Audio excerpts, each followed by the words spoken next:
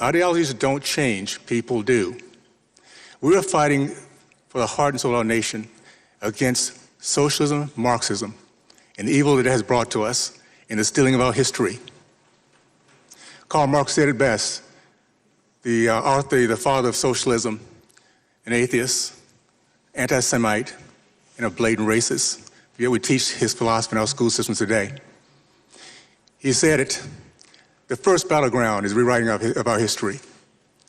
You steal our history, you steal our pride in our past, our appreciation for our present, and our vision for our future. And every single urban city in our country is now experiencing that loss. The history of our black country, of our black Americans, has been stolen from us for decades, almost over a century.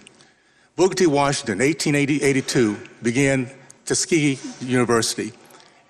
By 1905, it was producing more self-made black millionaires than Harvard, Yale, and Princeton combined.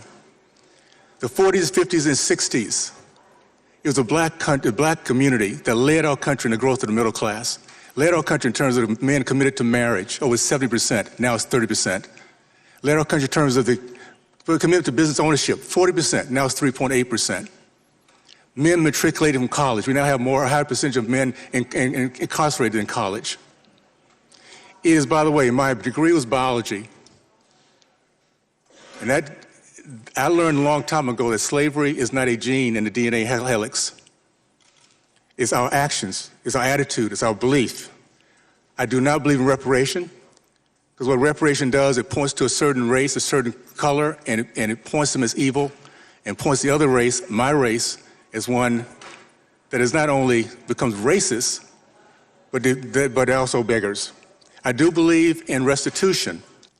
That way we can get past this reparation and recognize that this country has given us greatness. Look at this panel. It doesn't matter how we think. The fact is, well, it doesn't matter our color. We have become successful in this country like no other because of this great opportunity to live the American dream. Let's not steal that from our kids by telling them they can't do it.